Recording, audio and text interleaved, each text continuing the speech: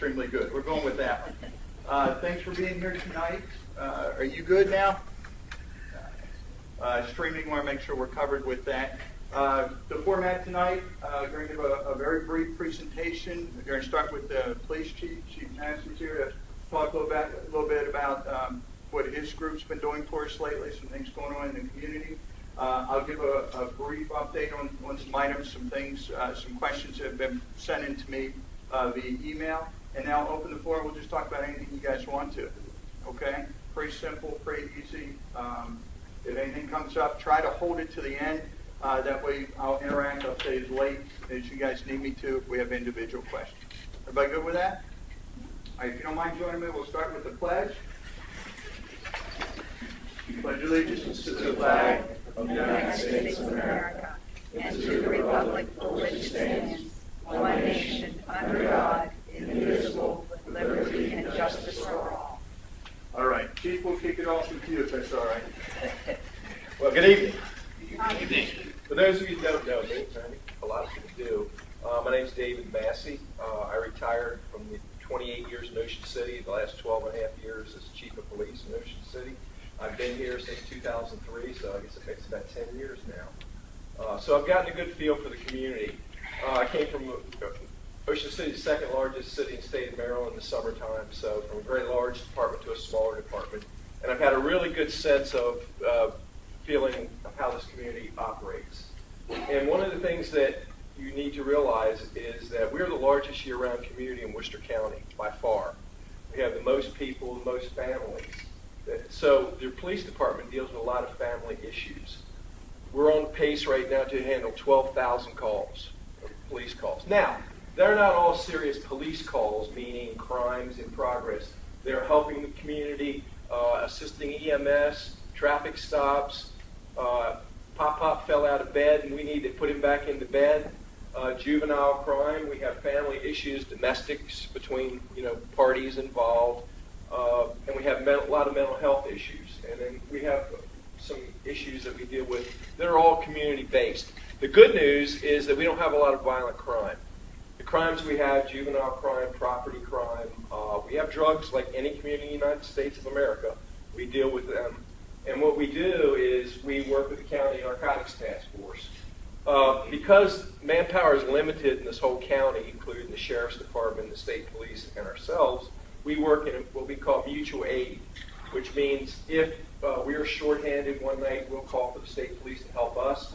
If, on the other hand, there's something going on 589 and state police are down in Pocomoke on a serious crime, we will assist them. So it's a mutual aid. If we need help, they come in here. If they need help, we go out there.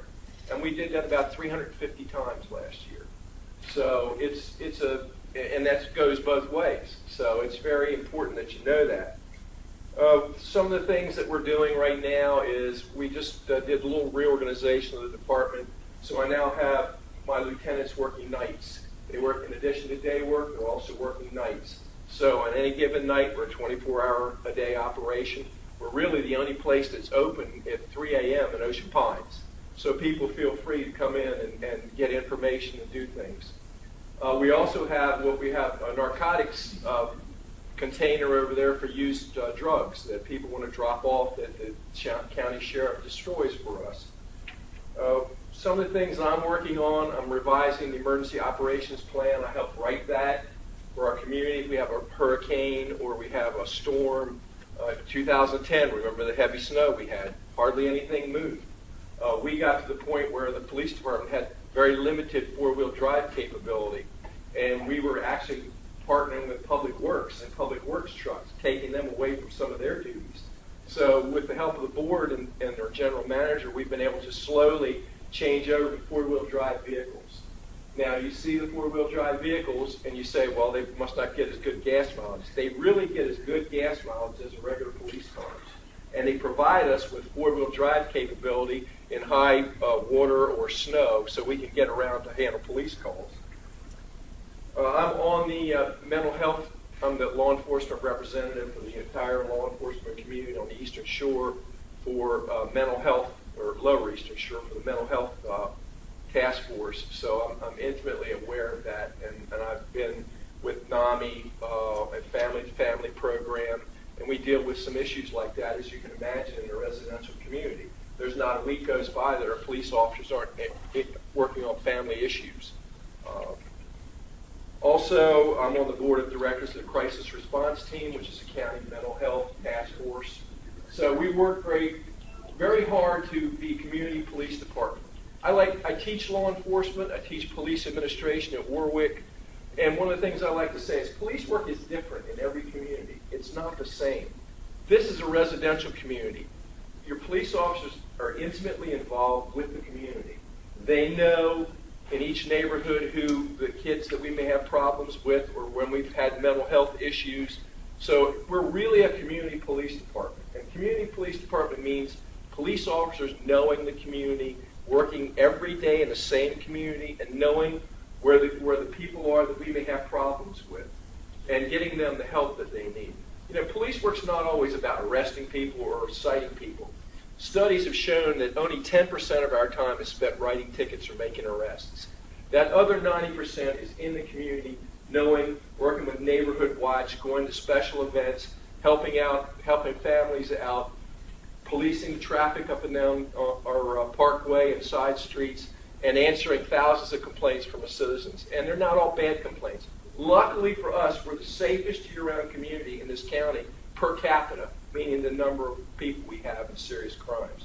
So we would ask you to call us when you need us. Unfortunately, in my job, I see a lot of people saying, something happened, but I didn't want to bother you people. That's what we're here for. So if you see a suspicious vehicle, if you see suspicious people, we want you to call. That's our job. I mean, I can remember vividly we had a series of break-ins, and then we had an individual who at 3 o'clock in the morning saw a person with a flashlight looking in cars. We had a bunch of car break-ins. And the person said, I said, did you call the police? Oh, I didn't want to bother you. Call us. That's what we want. The biggest problem that we have is overconfidence in our community. Some people say, well, crime doesn't happen here. It does. Every community in the United States has some crime. And working closely with you, we can make it less and keep this community the safest per capita community in the whole county and one of the safest in the state of Maryland. So we thank you for your support, and we ask you to call us when you need us. Okay? Thank you.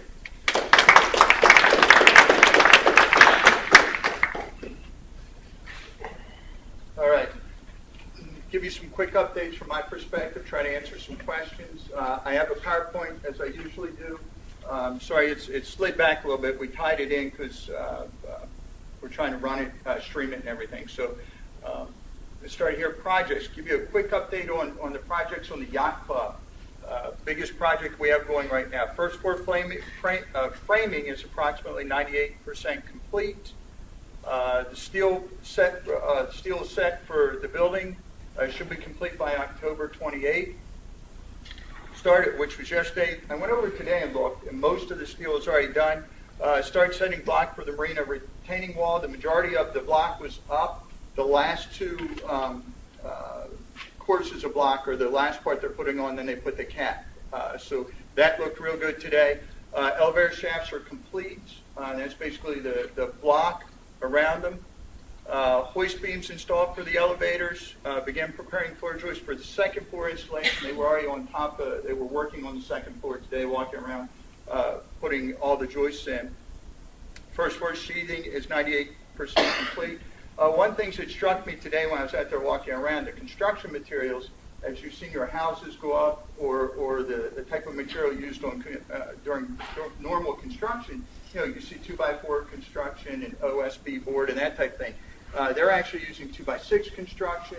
The plywood is actually full plywood. It's not particle board. So if you walk through it, if you had any type of construction experience, said, look, the quality of what they're putting up there is exactly what we were hoping to get when we started this project, and why the board elected to go with the Harkins contractor. We're getting a great product. So it's neat to watch it as it goes up. We're trying to put pictures out there for everyone to see.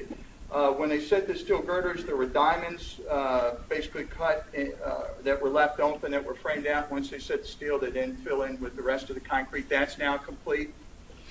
Here's some pictures for those who have not been able to get out there and take a look at it. That's the trench that was used for the retaining wall. The block's already in there now. These were last week's pictures. That's when they were putting up the actually elevator shafts. They're now complete. Here's some today's pictures.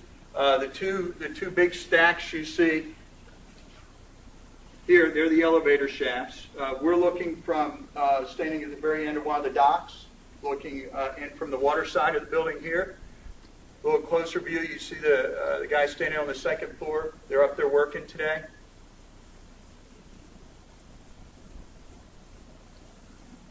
So you see the project's well underway. Very, very excited about it.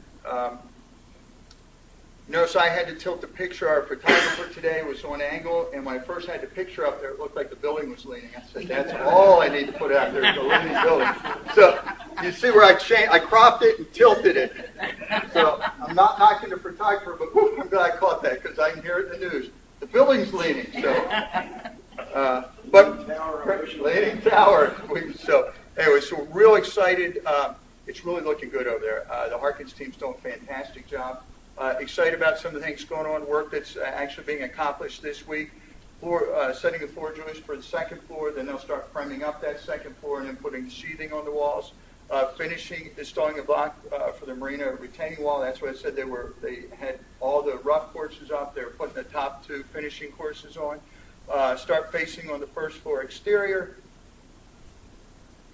Okay, just some bullets on the yacht club. The project is currently on budget. If you remember, we had a contingency built into the budget. We explained where that was. We're still within the contingency, although we've had a couple change orders. We're still within that contingency right now. Next step, and we actually got that taken care of this weekend. Talked to the board. The split face was the final decision. We're going to be putting up the decision paper. It's kind of not quite a white paper, but as close as you get to one, we'll put on the website.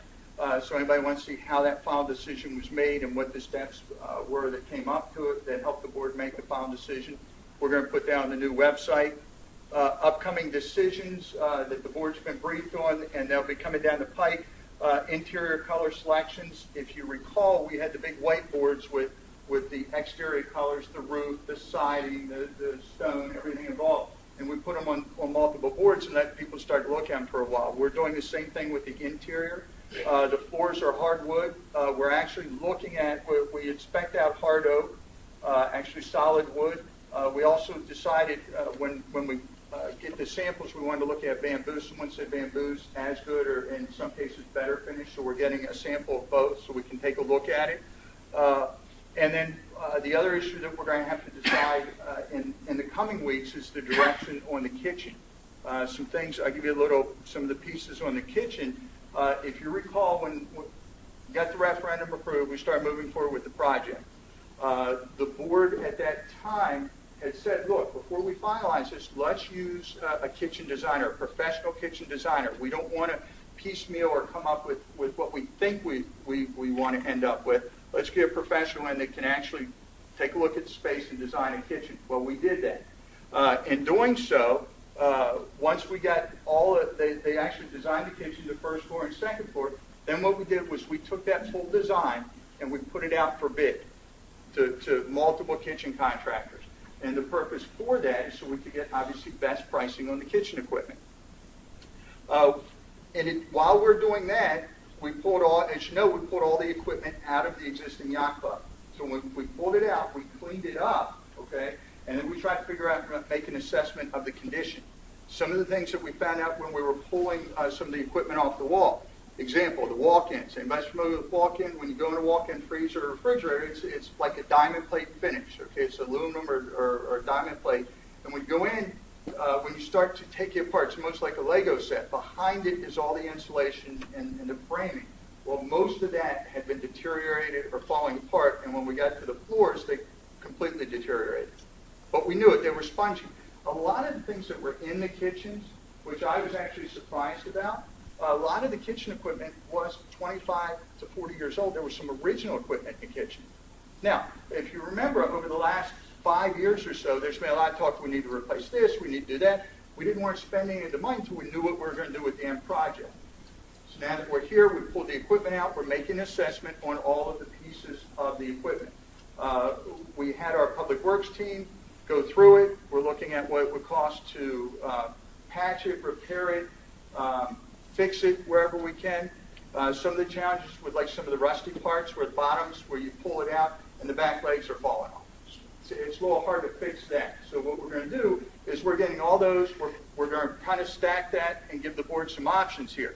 At the same time, we said, let's go and bid for all new. Now, when I say all new, there are some things we pulled out. We know that we have some stainless steel shelving. We know that we have stainless steel prep tops and those type of things. Well, they're in good shape. So we pulled those out, cleaned them, put them on a separate area, and we'll utilize those in the new facility. So it's not everything new. Whatever we can use that we know is going to be long-term, stainless steel, if it's in good shape, should be fine. So we're doing that. We are looking at, with the new kitchen design, if you recall, one of the things we talked about was using the existing hood system based on the stove layout and how the kitchen was designed. Well, when we went back and we got the new kitchen design, we had to go back and get a bid for a new hood system to match the new kitchen design. Because when you do a hood system, it's based on your cooktops, so it can extract the air from the kitchen area. So we're doing that as well. We're going to have all this, our plan is to have all the information available for the board for our working session on the 6th. Give them, here are the conditions, here's the equipment, here's what we found with the equipment. In addition, here are the bids, here's why we put it out, here are the bid prices. And then we're going to, from there, it'll be a kick around and figure out what we think the next steps are going to be based on all the factual information we have. What else on the yacht club that I missed on the sheet? Excited about where it is. Had a meeting yesterday, as a matter of fact, with the project team. We're looking at a target delivery date of sometime in April. Okay. The goal is to get the building buttoned up in the next 30, 60, what do you say, 60 to 65 days or so. Buttoned up, I mean, get the second floor framed out, get the roof on. We're about 2 weeks away from putting roof trusses on. Once the roof trusses go on, they put the sheathing on the roof, they wrap the building. While they're doing the trusses, they'll start to put the sheathing on the or the wrap around the first floor. They've got the windows and doors ordered, so they'll be coming in. So in the next 3 weeks, you're going to see a lot more movement down there to include everything they can to button it up. Because once they get it buttoned up, they can work through the winter because obviously the weather conditions don't slow us down. So the goal is next 60 days to get that buttoned up. So I'm confident, and we've been very, very fortunate with weather. We'll make that date. And if you know, if anybody knows Randy, the project manager, who's very difficult to work with sometimes, his head is harder than mine. That man's focused. If he can get it done, he's going to get it done for us. So I'm excited about that. Hingham Lane project. And again, I'm going fast because I don't want to spend all the time talking from the slides at the end. Well, I'll open up and talk to you guys about anything you want to talk about. Hingham Lane project, a lot of noise out there about Hingham Lane. So I thought, you know what, let me bring it up tonight and just talk about it real briefly so you understand what happened with Hingham Lane. We originally budgeted $450,000 for drainage for this year. When I say 450, the drainage included holes at 11 and 12 on the golf course in the surrounding area. So we budget that. Months later, as we're going through it, we take a look. We say, wait a minute, is there a better design? We figured out there would be a better design to add some additional relief to the families, the folks that own property around those two holes, to get water away from the way it was originally designed to drain. So we're getting 11 and 12 done, and then we decided Hingham Lane was a reasonable approach to gather more of that water and get it away from the properties that surround those two holes. So in doing that, we designed a plan, took it back to the board. Well, the board looked at, the majority of the board agreed that was a wise move. Now understand, we have budgeted for the year 450. When we look at adding the additional, it increased our price to 540. But if you've seen we've been talking about a lot for years and years, we are addressing drainage issues. This is, if it's not just a golf project, it is indeed a drainage project. It made sense that we tackled the major drainage issue, and Hingham Lane's the way to do it. So the board looked at it and said, yeah, this makes sense. Let's keep moving. So they approved the 540. Well, the last 6 months or so, what has occurred? It's approved. 11 and 12 get accomplished. Meantime, we have many inspections by MDE, okay? And they come back and say, look, because of the way the drainage is, and despite the original plan, we'd like to see you update the wetlands delineation, the design of the drainage into Hingham Lane and how it feeds out into the bed. So we had to go back and redesign it. Went back and redesigned. Okay, one of the things I thought was real interesting, I've never seen an inspector actually put flags in the middle of a ditch and call it a wetland. The particular MD inspector did that. We tried to fight uphill to the state couldn't do anything for us. So I don't know how you call a ditch a wetland, but that's where some of the challenges started. So we went back, had that engineering work done. Right behind that, we started doing some of the tests because we knew we had to put different piping in for the Hingham Lane relief. We found that the pipes that were run when the interlinks section was put in, the pipes are higher than what the normal piping is put in the ground. When I mean higher, they're closer to the surface of the ground than most of our other piping in the community. Not sure why it was done that way. There's no blame one way or the other. It's just a fact of where it is.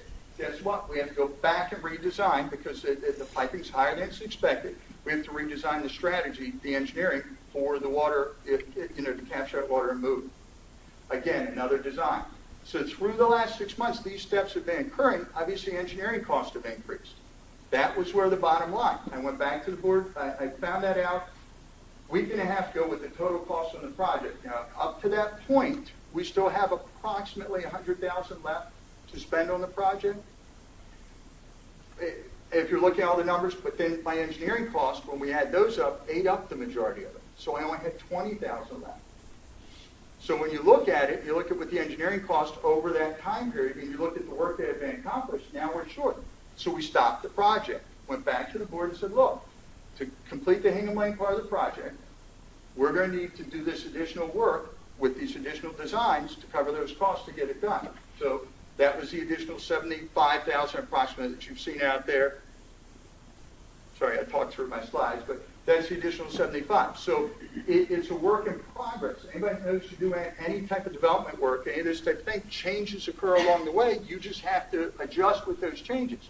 We didn't overspend. We actually had a chance to stop the project because said, hey, and in years past, we've done that as an organization. The boards have done that, said, oh, there's a change. We'll wait and rebudget next year. The board said, no, drainage is serious for us. We recognize the fact it needs to be done. We're just going to get it done.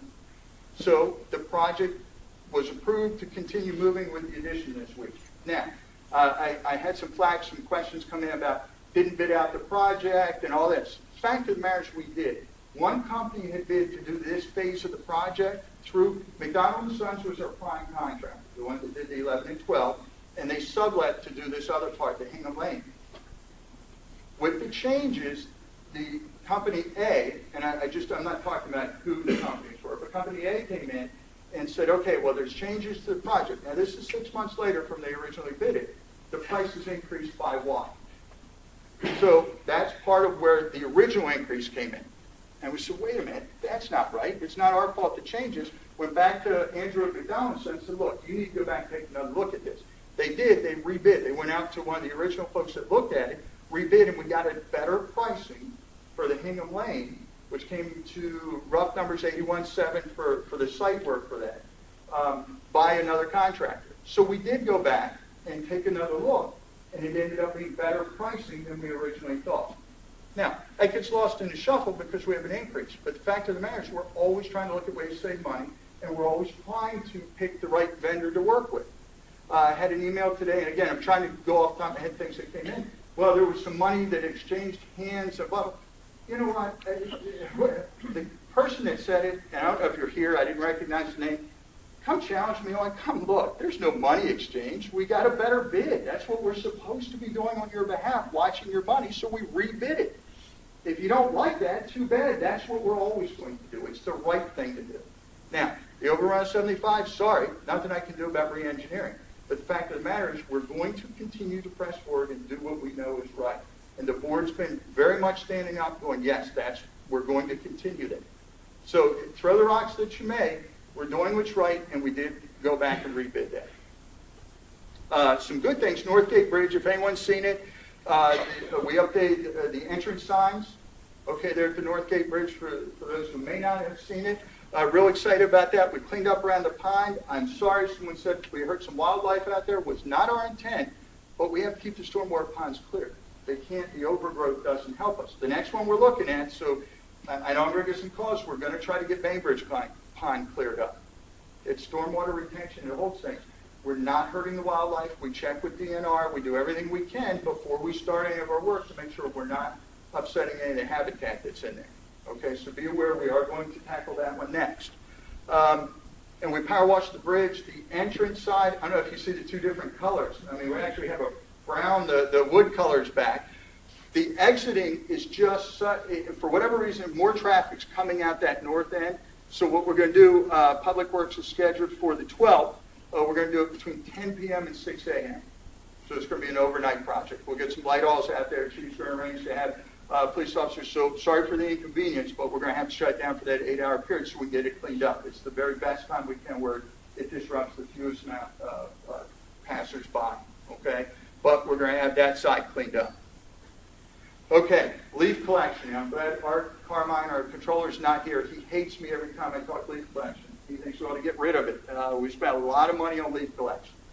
Here are the rules. I go over it every year. It's going to be in the newsletter. But if you help us by working with us through these rules, we can do a much better job cleaning up the community. First, Waste Management will pick up 4 bags of leaves. If you bag your leaves, in addition to your regular trash pickup, which is twice a week, and those in the room that had to call me today to ask that, okay, to clarify, you get your regular trash pickup in 4 additional bags. So if you bag your leaves, Waste Management will pick it up. Additionally, they'll pick up sticks that are wrapped in a bundle of up to 4 feet in length. So please take advantage of that. If you help us by doing that, it helps the whole community. Secondly, starting 18 November, we'll begin picking up bag leaves. 18 November, bag leaves. There's some folks that are already putting them out. We're not picking them up yet. We actually rent a truck from Ocean City, one of their trash trucks. We've done it for the last couple of years. We put our placard on the side. That's part of the deal when we do it, covering up the Ocean City. We pick up some insurance on it, the maintenance during that 6-week period. But we put a sign approved to the truck, and we run through the community opposite time that your trash is being picked up. So if Waste Management's Tuesday for you, the opposite side of the community is going to have the trash truck we've leased running through. And we'll run the opposite, and we do it for about 6 weeks. It'll be just before Christmas, and we'll pick up as many leaves. If you have 25 bags out there, we will pick them up on the off day.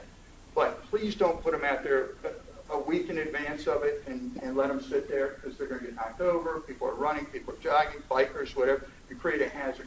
If you help us with it, we'll keep the community cleaned up. You can also begin at that point where that's when you all who may not know, we have a leaf vac. So we have a crew assigned to the truck with big vacuum on the back, and we go through and we vacuum out leaves out of the ditches. If you want to rake your ditch up to the curb or up out from not your side, but rake it up to the roadside, it makes it a lot quicker for us to go through and pick them up. What I'll say, though, and I said at the board meeting, I'll continue to say it, please don't rake your entire yard into the ditch. And I tell you, I wish it were as easy to say, yeah, people don't do it. They do it all the time. So if you drive by and you see the piles this high, do me a favor, breeze close to the car so it blows back. Because all it's going to do is hurt us all. And people are just, we all need to help each other. It's a big community, a lot of leads. Help us out. And then we'll have 5 Saturdays starting on the 22nd where we open our yard up Saturday mornings, the Public Works Yard, where we open up. If you can bring your leaves to us, bring them to us. We'll take them to yard debris and leaves. Bring them to us. We'll take care of it from there. Okay, so we're trying everything possible to assist the community in keeping us cleaned up. Okay, next thing, new website. Okay, here's the $1 million question right now. We're every effort to go live this weekend with our new website. We have every reason to believe we can. Now the challenges are timing horrible given the national news with the other website that's not working. We've tested it, we've twisted it, we've tweaked it, we're doing everything we can to it.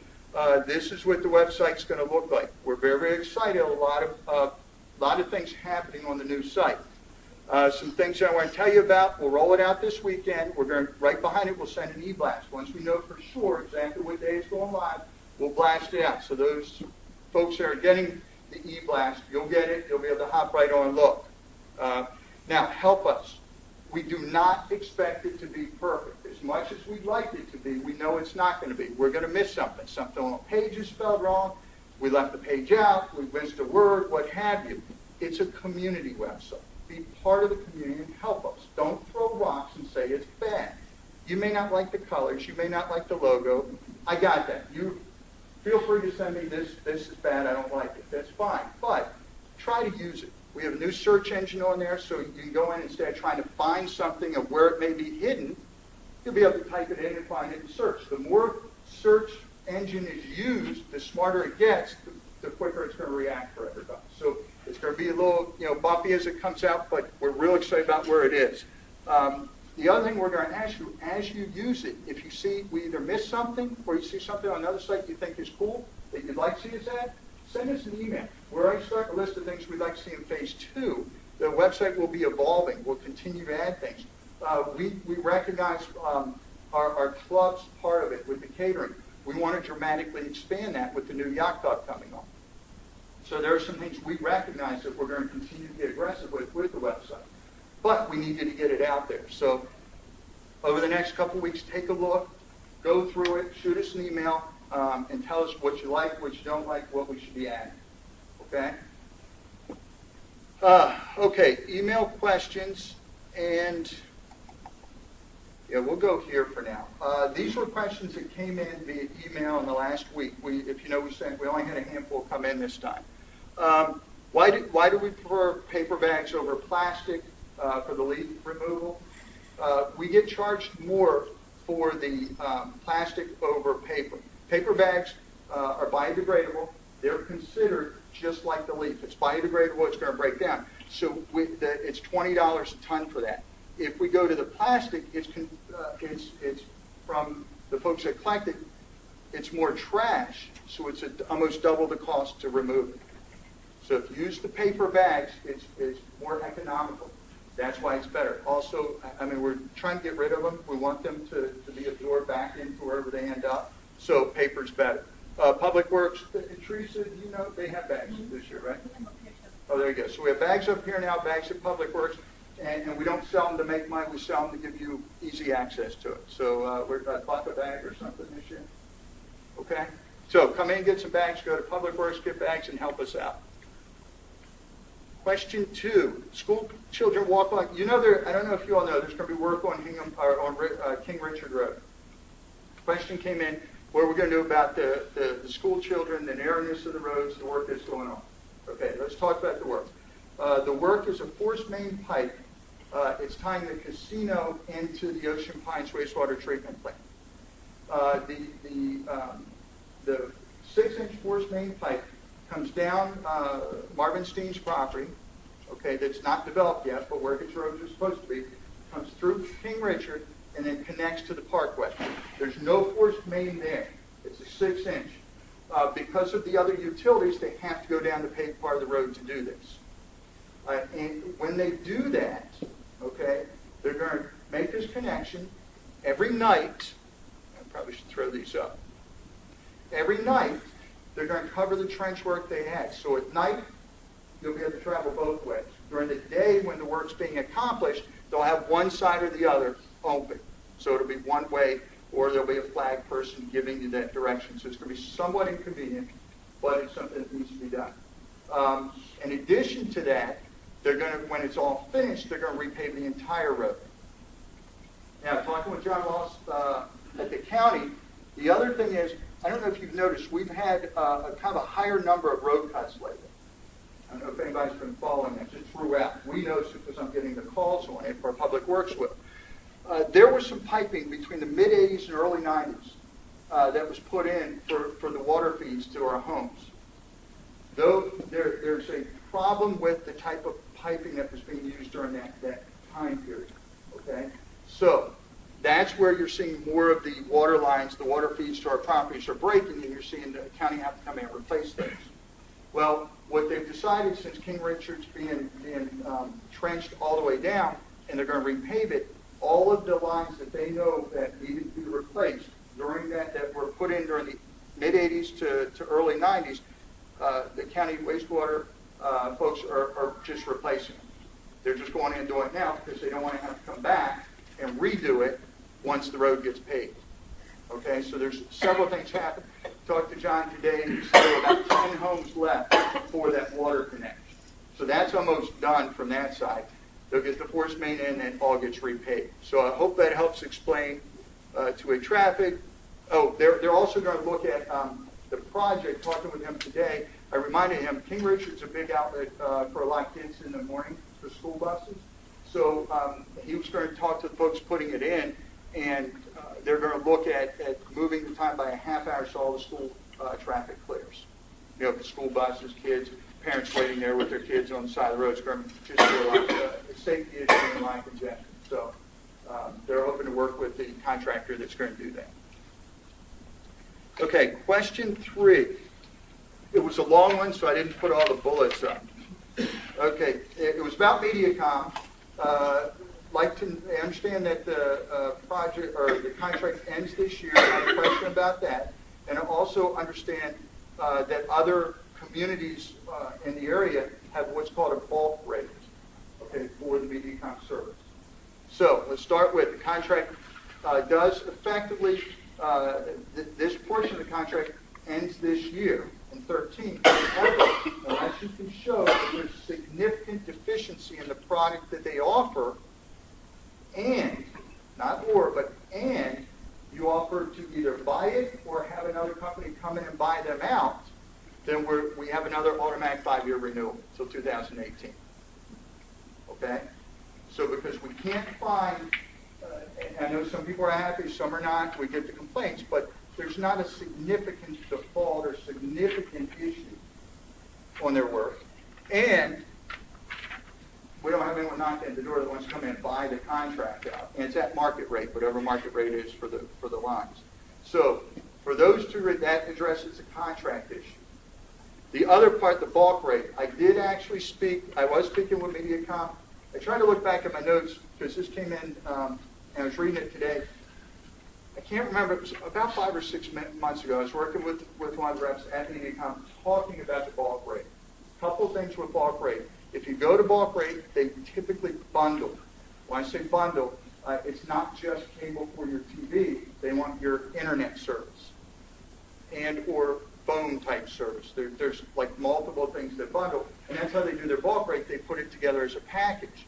Additionally, it would require them to come in and put the same box into everyone's home, whether it's upgraded to the HD boxes or a lot of people have the basic cable box. There's a middle one. So there's a couple different things that have to happen for a bulk rate. And because of the flux that we have with our residents, you know, some are part-time, some are full-time, some are seasonal, some are rentals, we started going through that. And once we got all that ironed out, the pricing differential was a few dollars. What we thought where there was going to be a big break in pricing really wasn't. And then we have the challenge of, I want cable, but I don't want, I'm already with ABC for my kit, for my phone, or for my internet. I don't want to change. So all those things were looked at. So I appreciate the question.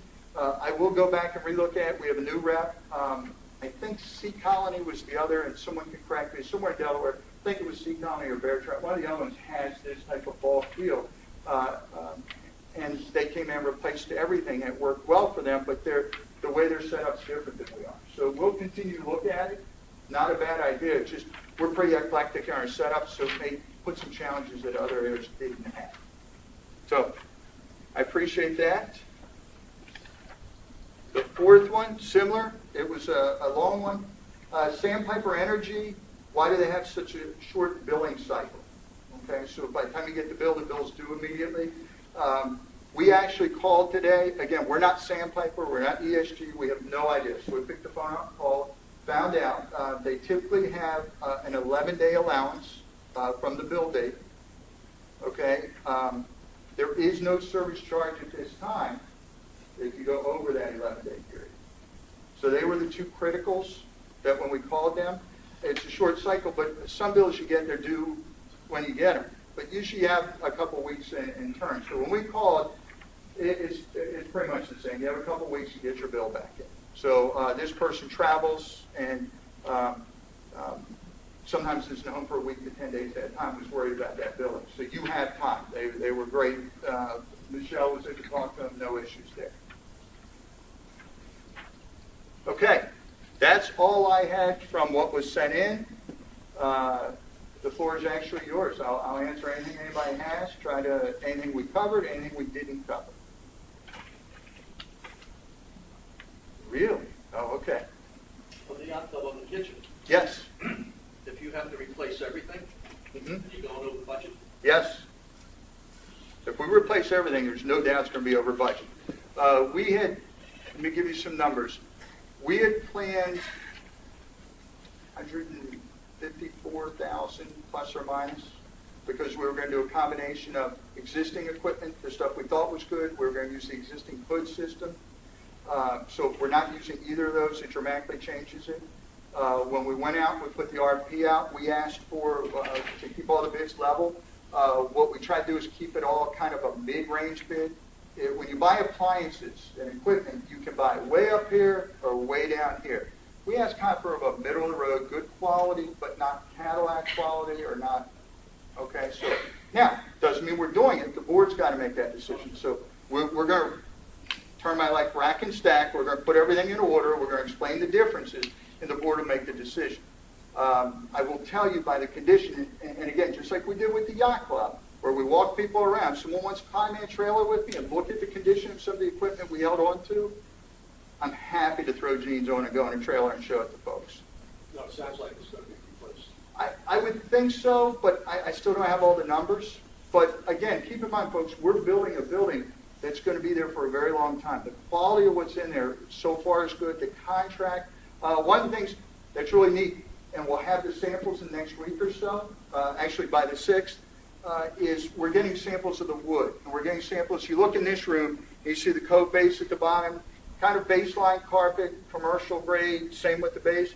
We've got wood trim. We've got wood along the chair rail. And it's not just a plain wood, it's a double wood. I mean, we really bid out a quality project. We're actually going to get all of those, put those on a separate board. We're not only going to have the color charts, but we're going to let everyone see what the molding looks like. And it's just quality. So the other thing we have to remember with equipment, some of it requires a crane to lift and put in because of the weight. So we have to decide, do we want to get 3 or 4 years out of a piece of equipment? No, we're going to have to replace it and then do it again. I can tell you the walk-ins, we'll have to go new. Good question. Yes? Thanks, Bob. Uh-huh. I'd like to thank Chief Massey, but it looks like... He just walked out. I saw him. Yep. He didn't pass it once. I wanted to thank him for his work in the mental health area in particular. That's a major problem across the country. It's one of those things people want to hide, more or less. It's a major issue. And I think his involvement in that is exemplary. And I hope he can do even more. And I would hope he should encourage him to do more. Yeah, and Joe, on that point, we have more of that in our community than most people may realize. We have 12,000 residents year-round. There's a lot of that. His team does a great job, and he has a firm understanding of it. Really, we're fortunate to have someone at that level. So I appreciate you echoing that. The other question relates to this gentleman's question about the kitchen. My understanding, it may be a couple $100,000 more, but I would encourage you to urge the board of directors to go with an all-new kitchen. On a $4.3 million contract or whatever, I think it'd be foolish to start trying to put old equipment back in there. I've been a strong supporter of that new building right from the start, and I don't think we ought to do it halfway. It's worth spending the money. Let's do it right. And I have to disagree with you. So I was waiting. I'm not going to extend it, though. I think you and I could have a long discussion about what you said about Hingham Lane and how things transpired, and I'll just leave it at that. Okay. Les? Excuse me. Going back to your wetlands delineation question, Yes, sir. you may have learned this. People here may know this, but it was all in my 20 plus years with the Corps of Engineers. It was always a question and a problem for them to explain that wetlands is delineated not by how wet or dry it is. It's what kind of plant life is growing there. And that's what wetlands does over a long haul. So I just thought I'd throw that. That was a great point. Pete? Yeah, to that point, wetlands, you mentioned they put a stick down, and there's a saying, I don't know if it's a saying, it's a real story, but it goes back in time, an official, I don't know, state or federal, was asked one time, what's the definition of wetland? And the answer was, whatever we say it is. We kind of found that one out. Sorry, Les. Anybody? Yeah, About the leaves. yes, We're over on Cape Town Road, Mhm. and that last monsoon back in July, yes. 3 of our properties were flooded pretty good, until I found out that there's a culvert that comes between some properties where all the runoff water goes, Okay, and the water comes down the road from 2 sides. right, It meets in another tube that goes under the road. okay. I wound up cleaning that out, and that's just like a cycling everything down. How do you clean that out? I'm sure under the road. Yeah, no, great, that's a great question. Public Works, when you identify that, and please understand something, we have 70-plus miles of roadways, which means we have almost 140 miles of stormwater management that we have to take care of, okay? So the reason I say that, tell us, if you see those things, call it in. We have hot spots that every time we get heavy rain, our team goes to immediately, the ones that we know are going to be clogged like that.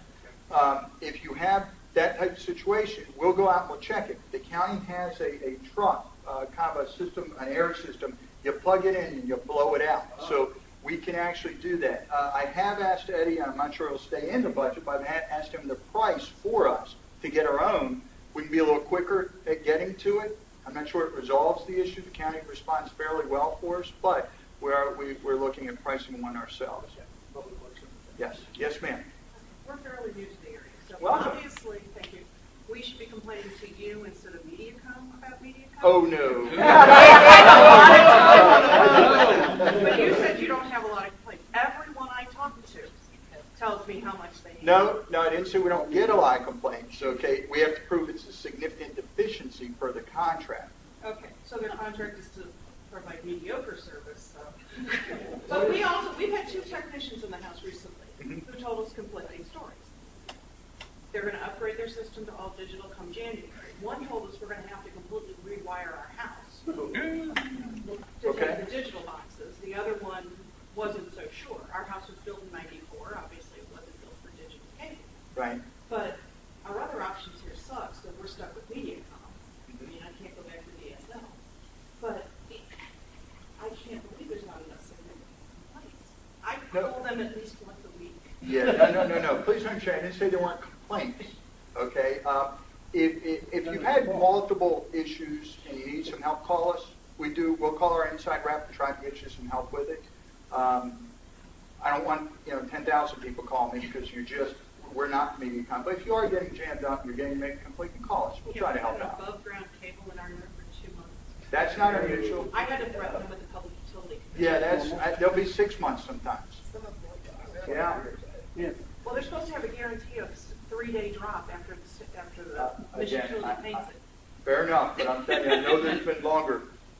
Yes, sir? You mentioned that unless there was significant deficiencies. Yes. What is the definition of significant? Well, that's, whoever wrote the contract's got to explain that to me, because that's where we're kind of in a, and actually, Tom, you might be able to help our board president, who's read that contract a number of, Tom Terry, in case you don't know, is our board president. Yeah, let me help you out with that one. It's, and I say this half jokingly, but it's said in all seriousness. Whoever wrote that contract for MediaCom and their predecessors should have been promoted, because it is extremely well written for them. The way the contract reads, it is you have to be in legal default at this point in the contract. It isn't just that your service isn't really wonderful, that you have to be in legal default of providing services at all. So, I mean, literally, they wrote this thing, and the service quality message that's written into the contract is in many ways the mediocre or lower that you were talking about, because it was written years ago. The contract does not speak to the new technologies. It does not speak to upgrading technology at this point in the contract. And I guess, and I've told Bob, I used to write these things for Verizon. So I understood how to write these things, and they wrote it extremely well for their side. There is no hole. to get out of this thing. There really So is we're not. stuck to 2018. We pretty much are. Yeah, let's go to the flip side, okay, in Defense MediaCom. When we did the contract. Do you have to do that? I do. You know, I'm here, I want to like No, you. okay, never mind, they're bad. No, you gotta tell the truth. 15 years ago, we had road cuts and cable. I mean, it was a mess. Anyone's been here for that period or longer, it was horrendous at that point. They came in and they made a significant investment with this infrastructure upgrade for us, okay? They laid a lot of additional lines, they upgraded everything, and those who've been here for any time know that. And we had a significant improvement from where it was at that point. So, as bad as it sounds, they made an investment for our community at that time. Now, are we kind of, now we're at the other end where it's nice, great, maybe, but it's what we did at the time for whatever reason, and they did put some significant investment in it. So, I mean, there's always two sides to it. Playing devil's advocate. Okay. Supposedly, what I've been told by the technician, suppose it does come true in January, all of a sudden you get a notice saying, well, if you want to continue having cable and digital and everything, you have to rewire your house. That will affect, I would say, A lot at of least people. 50% of this community. What happens then? Because then, in my mind, that's a significant problem. Again, if we get to that point, and that's the issue, we'll see what we can do to tackle it when it comes up. I can't project that that's going to be, I can't believe that they're going to throw, when they talk about the digital, they haven't said anything about rewiring a house. If you The got, technicians not only tell us that it's going to have to be wired, they're all saying, we can do it, or we know how to get somebody to do it for you. don't We fight, can what don't leave fight, it to business no, for don't fight on I that. Oh, don't we plan have. on it, it's just, my mind's saying something's coming along down the road quick. No, and if we end up with a significant issue for the community, let's say that does happen, that's different. Then we have a legal matter. But we're not there yet. So. One other new person to the team. Sure. We're Bob and Madonna Brown. Nice to meet you. Madonna helps too. Love the community. There is between our house and our next door neighbor's house 2 mushroom-shaped things. You can hear water running. I've asked the neighbor what they are. He doesn't know what they are. But there's water running. Water mains? But they sound like they pump. It could be one of the pumps. Yeah. So it's actually water coming in. He told me he thought it was a sewer pump, and I'm thinking that's not my sewage. It's either water or wastewater, and they have lift stations and different parts. If you want to go to Public Works, they'll pull a map, tell you exactly what it is, or you can run over down to see John Ross right here in the community at the wastewater treatment plant. He can tell you exactly what it is. Oh, okay. Mushrooms are the drainage tanks. Storage from the homes go into those tanks. Well, I know they looked up and they had water in them, and it looked like clear water. But There there you go, was, Joe. Joe's got an answer. And the system here works on a suction system. Ordinarily, storage runs downhill. There is no downhill in ocean pumps. Every 4,000 or so, you find one of these mushrooms. 4 or so houses, when you flush your toilet, it all runs into that little mushroom. There's a big tank underground. There's a vacuum pump in here. When it comes up so high, the vacuum pump opens, sucks all your storage out, sends it on down to the pipe. there's 2 of them. One day I knocked on my next door because I thought it was in his yard. I thought it was his, and the lid kept popping off. I go, there's something wrong here. And He called and somebody did something. Here's what happens. If there's a heavy rain, those tanks can go underwater. So when they go underwater, the water flows into those tanks directly off the ground. All the suction goes on at one time, so it can't empty the tanks. Then those tanks overflow. It happens around ocean farms. You have to keep an eye on it. If there's any near you, one Or fire. what's on the ground or some of those. And they're constantly working. Thank you. But that was put in 50 years ago, too. Now, when you told us when you bought that house, I thought they were on his yard. Anybody else? When can we start seeing sandpiper hookups? Ooh, yeah, good question. That's actually in the works. The board agreed to, a couple things are happening with Sandpiper. We're looking at renegotiating the contract. Board agreed last weekend to extend the negotiation period for another 6 months. Takes us till April 1st. So we're extending, we have our attorney engaged with their attorney, we're negotiating the contract. In the meantime, Sandpiper is moving forward with their infrastructure and those type of things. We don't know, and please, we don't know what the plan's going to be for conversion. That's the big what if right now. We'll work very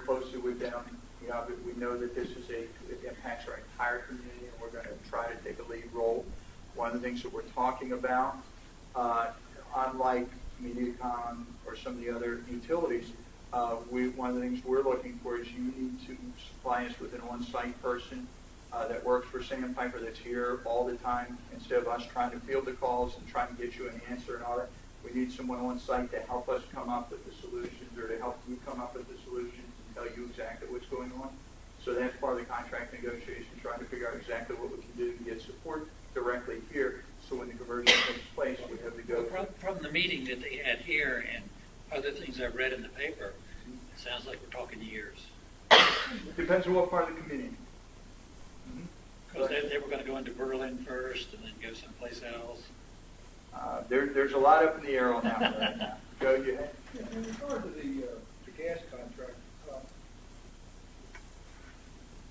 negotiation is going to be done in closed session with the board, attorneys, whatever, with the contract negotiation. But do we have any leverage at all in terms of asking for things that they may not want to give us, that perhaps we could ask for, maybe get? If you don't ask, you don't get anything. A contract negotiation is a give and take. Yes. I don't know who our chief negotiator is, maybe that's you, I don't know. But, I mean, just off the top of my head, it may be completely implausible, but what about, yeah, we'll sign a contract, you provide all the gas for our swimming pool, or whatever. You can think of a lot of different things. Are we doing and looking at that? We are absolutely doing that. There's a 3-person team, myself, and Dan Sikorsky, so 2 board members and myself, working with our attorney, and then working with Sandpiper. We are looking at all of those type of things. As a matter of fact, I've had a couple emails this week that came, actually last week that came in, some other good suggestions that I hadn't thought we hadn't talked about. I just added it to my list as we're going through. That's part of why we extended it out a little bit. There's a lot of those good options, and our residents are starting to throw some at us, and we're just kind of putting a list together because we won't think of everything. So those type of things are great. If you have some input, you want to send it to us, send it in to me. I'm keeping a separate list because you're right, this is the time we can ask. And we should be. As good imagination as I have on that. But Sandpiper, Yes. how much of a savings are they talking about if we go to natural gas? Because I had a guy come out this week, we're new to the neighborhood, and we thought they had gas meter. And the guy, well, it was off, and they owed us a few cents, but I asked him about it, he just smiled, said there's not going to be much of a rate change. All right, well, here for the new folks, here's what the deal is. They're going to, the community won't be converted as a whole to natural gas all at once. We just have too many home sites. So there's going to be some of us on propane, some on natural gas as the piping starts coming in. Part of the deal with the PSC, Public Service Commission, that they negotiated was they take the pricing for both products and they blend it. And then we all as a community, everyone in Ocean Pines pays the same rate for that blended price.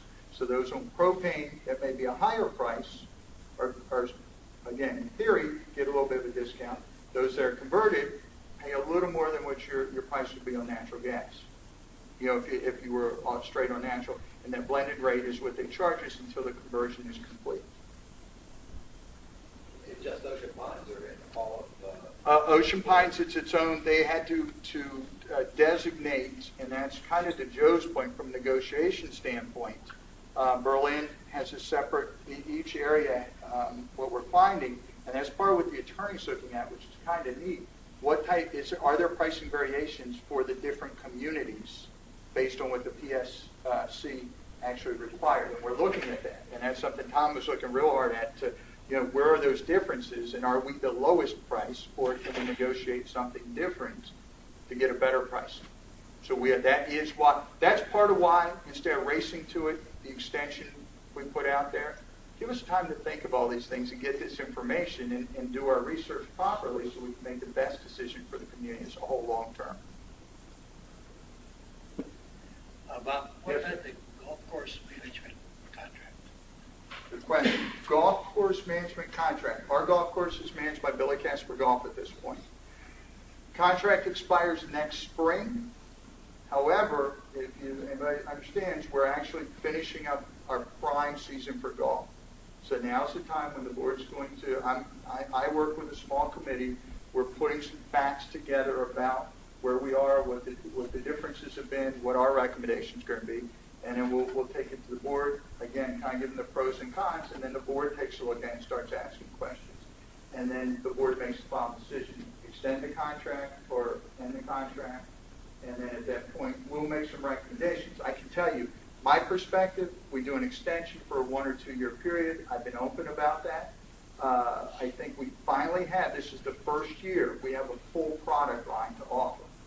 When I say full product, our golf course is in decent shape for the first time in years. I'd like to see at least a 1 year and possibly 2 year. But again, that's me. That's where I'm leaning.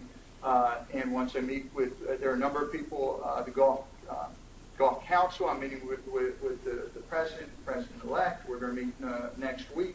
We're going to talk about what they see as users, the end user, as golfers.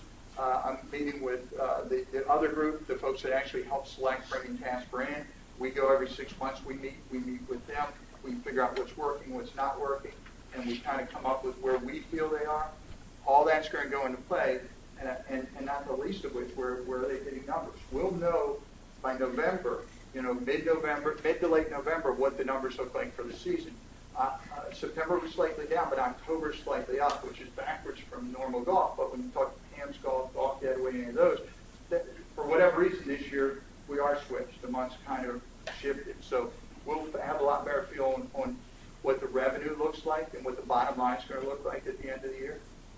So we would make a decision by the end of the year, or? My guess would be by the end of the year what it looks like, but it could go into January. I mean, we have until April.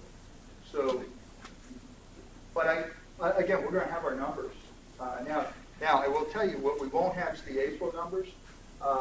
One of the real positive things we've gotten this year, with any product, anything you sell, anything you do, reputation is important. Okay, we have not had a great reputation in the golf community. Our product just has not been good for years. Failing greens, water this, messy that.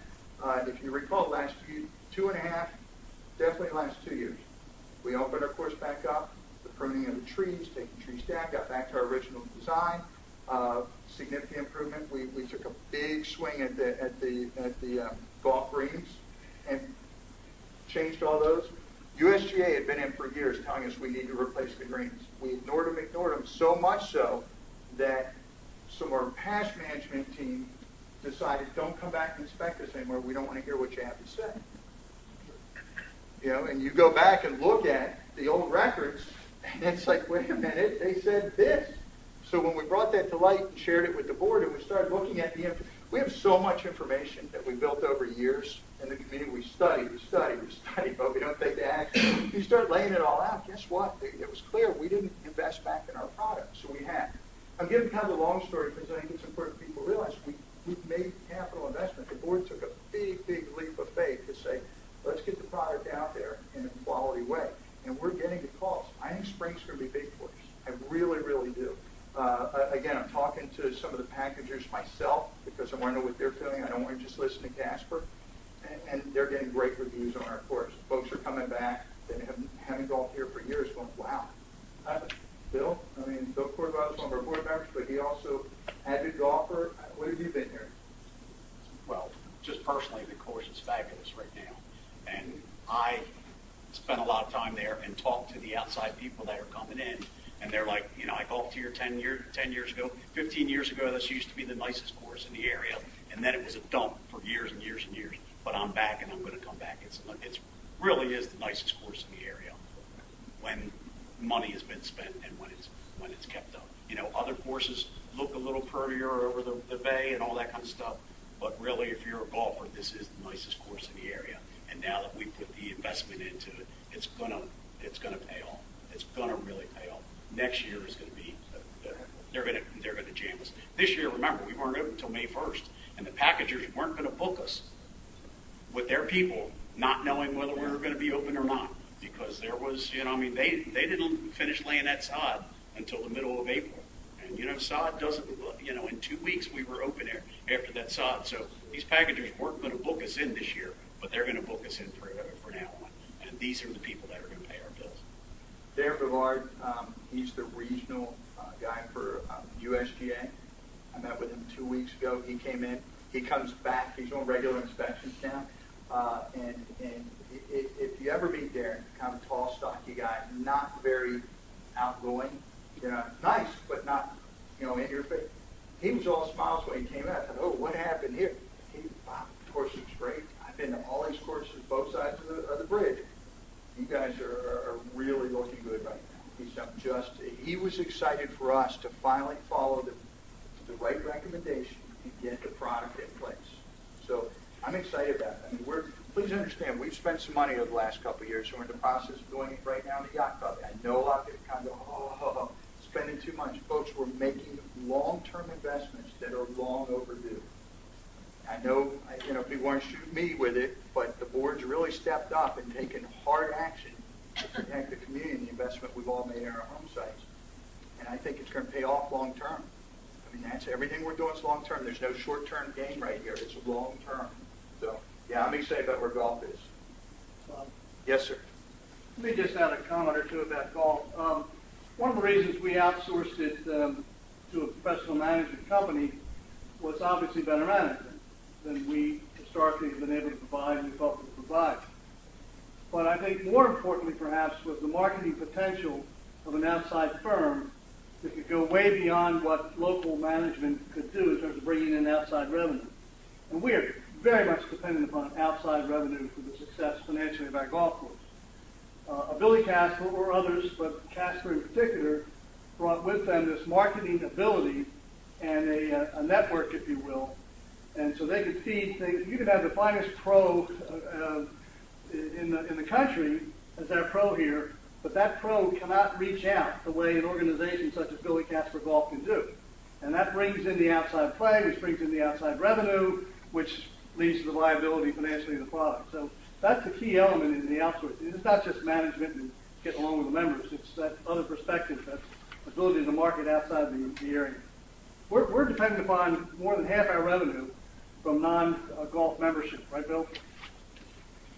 Interesting couple of things there. It helps all of us. I mentioned last weekend a golf council meeting. I'm sitting in the back listening to it. And I go every year to their annual meeting. 2 years ago, it was brutal. Of course, it's horrible. Just resentment and anger. Last year, much better. But they were not happy because we only had half a course. And then this year, why aren't the lines painted at the 50-yard mark? 50-yard mark, what? And I'm sitting in the back listening to this. This is very, very exciting to have our membership excited about the course again. And the complaints were little. Why can't we take our car here? What great, there are issues we want to have. Not why is the course so bad? Why aren't we taking action? So that's a really, not just has the community made an investment, which will protect us all long term. Our golf communities swear behind it. They recognize that we need the outside play, the supplemental play to support the course to get viable the way it should be. I will tell you, when I first stepped into this role, that was not the attitude. It was their course. It was going to be done their way. They are really great ombudsmen to what we've done. And when guests come, folks are coming from out of town, these guys and gals flock to these people wondering how their experience was. So they're helping us as much as we are. The other thing I looked at when I was sitting in the back of the room the other day, they also, I don't know if you all know, our golf community, they've contributed over $9,000 back in either scholarships or helping others in the community. So it's not just our membership, but they give back. So there's a lot of things that happen in a community like ours that goes unnoticed, the way that they give back, the way that they're supporting our courts because they recognize outside play is an important component. It's just a neat place. For us, it's a really neat place to be from the golf side. I know some people are going to disagree. I got that. But if you lived it, you walked through it, I'm telling you, that's where we are. It's really neat to be where we are today. I think next year will be fantastic. Yes? Are we aggressively pursuing bringing in groups that do charitable golf events? I mean, every time you pick up paper, there's always some group that does a charitable golf event. I'm wondering if we're aggressively pursuing that. Yeah, no, that's a great question. Not as much as you might like, and here's why. Charitable golf events are just that. They're charitable. They do not drive bottom line numbers. As a matter of fact, it typically hurts your bottom line numbers. Not saying we shouldn't do it, because I think there's something to be part of a community and part of out there, so we are identifying where we think we could do a better job at that. We have some that happen there now, okay? But I'm involved with some other organizations, and I look at the numbers of what golf revenues, when you have a charitable event, most of the money goes to it. So trying to put that balance to it. We are looking, Johnny and I, as a matter of fact, 2 weeks ago, we were talking about exactly that. Next season, how do we get a couple more that don't hurt the bottom line, they promote the community the way it should be promoted. So it's kind of a mixed bag. I thought charitable was the way to go, but when you start peeling back the onion, you're looking, the dollars don't help us as much. You do bring exposure, though. You do, and that's what I'm saying. That's the other side. Well, I'd like to have more. I mean, there's a couple tournaments. I'll tell you the one I want back here, and I'm going to do whatever I can to get this, is our Veterans Memorial Tournament. Why now? That's out of it. That one bugs you. If we take you on the chin a little bit, I'm going to find a way to budget for that. We need to have them here, and we just need to build from there. But great question. Ma'am? I think this is along the same line. Do you always do a live stream to people in the community? We do. It doesn't always work as effective as it could, Well, but we that's what I do. wanted to- Do you know how many people are at home watching this? May help? Tech? Is it? No. We don't. I will tell you it's nowhere near what it should be. But I'll give you the flip side. We load them on the website. People do hit them when something gets stirred up in the paper or elsewhere, they'll go and look at the video. So we are trying. We will continue to try to be aggressive with our technology. We think it's important, especially you think about it. A good portion of our owners don't live here. They're not going to be here for a meeting tonight. But they can log on at home and watch it. Some of the glitches we had with our system, and I'm not going to say our technical help here keeps pushing me down. There's another system he wants me to look at to do it. So we are looking at that. Part of the challenge we have from a technology standpoint, our servers, our infrastructure, which everything feeds off of, is very old and dated technology. We're having some issues, not just with this, but just day-to-day operations. So we're looking at some of those upgrades, which will open that pipe, that'll do some things better. So yeah, we recognize we need to continue to focus on that. Very important. Well, I think that's an important part of this, but I don't know if you remember my husband and I, we took the tour of Yeah, the I remember. club. We met you, we met Mr. Terry, that as of then, we owned the property that hadn't moved here full Right. time. We're only here 3 months full time. And we were so enthusiastic with your enthusiasm. And Did you hear that, Joe? Did you hear what she said? Good. That was I'm messing with Joe a little bit. Yes, ma'am. My husband and I, he has a saying to everyone now, we're so happy living here, it's illegal. Come,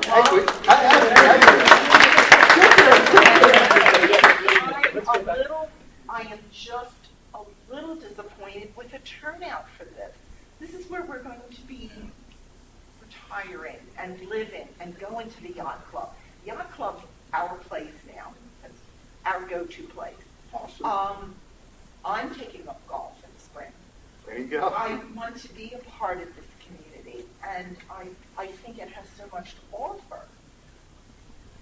Coming here tonight, I said, John, you want to place a bet?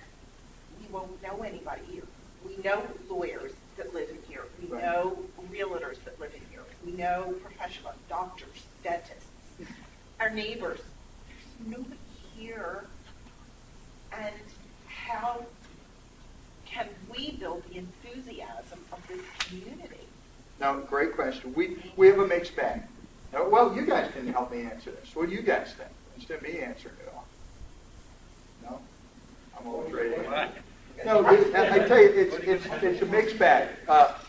We typically have a large, I'll tell you, the town hall meetings we typically get to do, we get out ahead of it, and we usually have a pretty good crowd.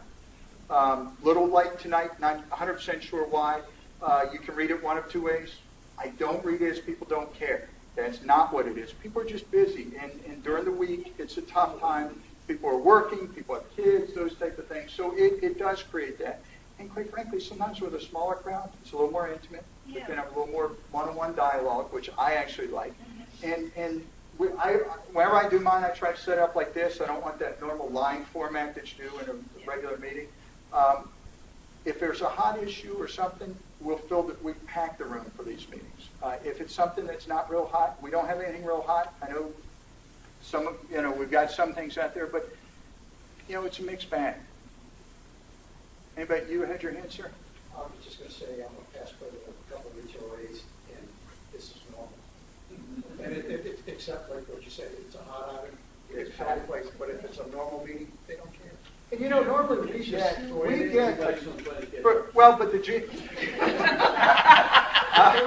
our town hall meetings are typically, I was a bit surprised at the low turnout, but I was okay with it. This was probably one of the lowest I think we had. Usually we get a few more than this. I'm not sure why this time we didn't, but I'm okay with it. Look, if I get 10 people, I'll go. And this is monthly, a town hall meeting like No, quarterly. I try to do them just quarterly. quarterly. We'll do it. Board meetings are, I'd like to say monthly. Board meetings are all the time.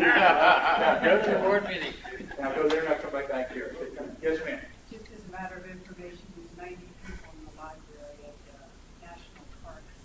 There you Oh, go. yeah, there is 90 one. people, another activity going on. 6 o'clock meeting in the library for a trip to the National Parks. So there's 90 people there. That'll draw. There you go. Is that the one in Snowden?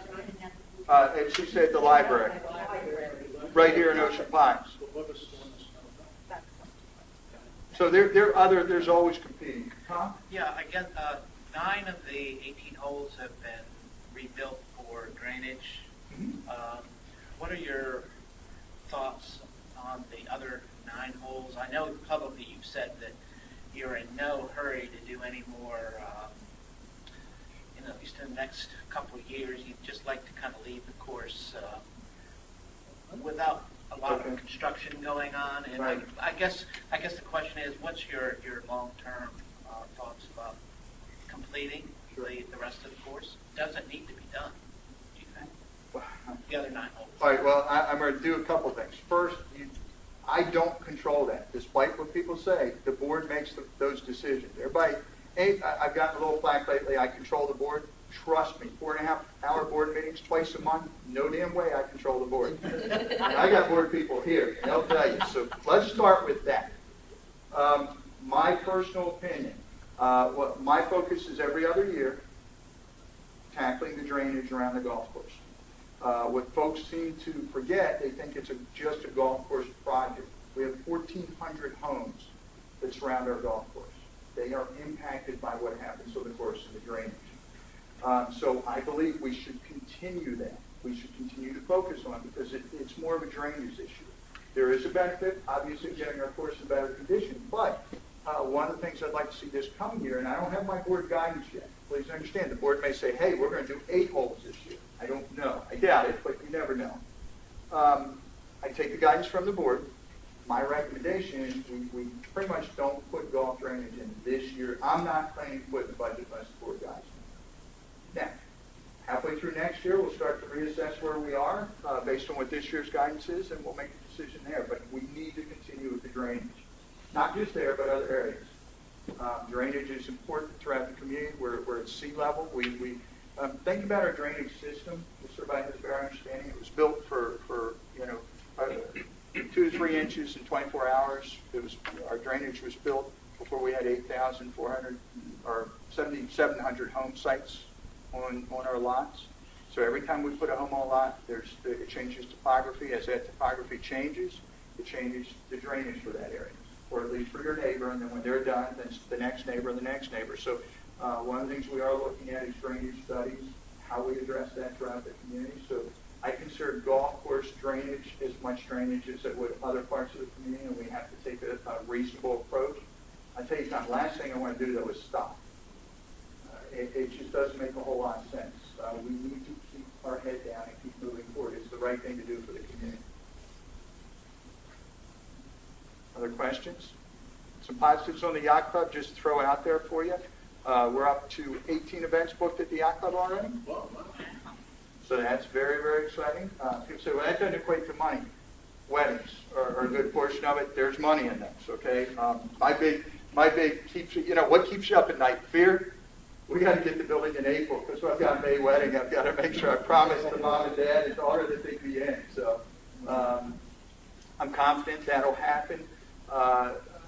There's not with the events a set dollar amount. We've actually we're creating a new pricing strategy for our weddings and events.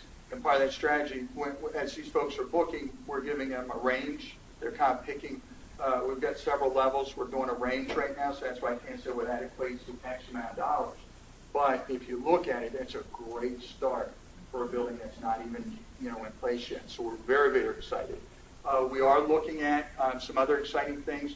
We're interviewing right now for an events coordinator, a banquet manager type, someone that's actually in the sales side of the house, getting out, doing more interaction with the community in and outside of the community, bridal shows, the Philadelphia Bridal Show, the Baltimore Bridal, the D.C. Bridal Show, bringing people here for events. We're actually have had some really neat candidates. We've had the ad out. It ended this weekend, right? So we had the ad out. It's in, and I've had David's doing the interviews. I'm actually sitting in with him. We had a great one last week. We have one tomorrow. We have a couple next week. So we're going to make some decisions on that. Our next focus is a chef. At what level? So that's we're kind of piecing it together step by step. So we're going to be focused on that. Sir, you had a question. I was just curious if any thought's been given recently to one-size-fits-all amenities membership. Yeah, no, good question. One-size-fits-all amenity, where it's included in your assessment, you have access to everything. Yeah, that too. But I mean, just even for $2,000, you can use all the amenities in the facility or something like that. 2 a year or two? Give me your period. It's a good question. Out a number. I mean, yeah, no. Like I joined tennis. I joined swimming. Hey, for another $1,000, I might be tempted to join golf. I'm not going to join the current price, but for maybe another $1,000, I might be tempted. Something like that. Is there any... Yeah, we are looking at. Interestingly enough, we had someone in this room. I'm not going to say Tom Stout send a very long email. Surprise, isn't it? But with that's come up a couple of times. He actually put not a white paper, but kind of an opinion of why maybe doing some sort of membership where everyone just pays or something along that line. So, yeah, we're always looking at those. And every year we have the opportunity to go, hey, let's start over and figure out what the right thing to do is.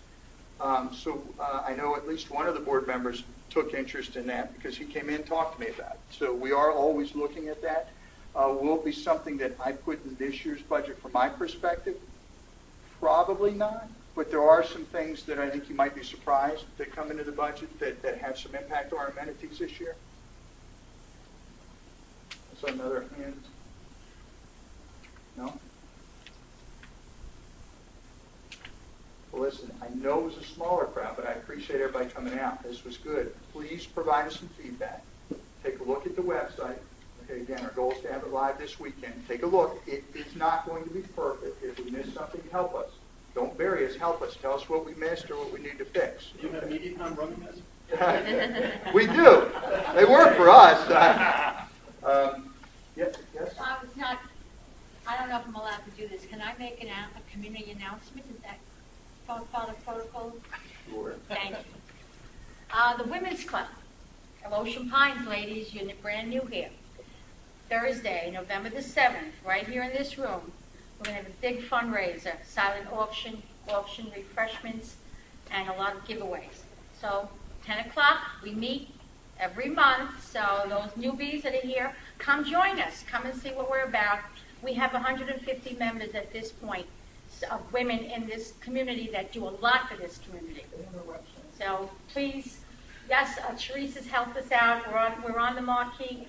Please make an effort to come out and do your Christmas shopping. Thank you, Bob. Absolutely. You're not going. Everybody?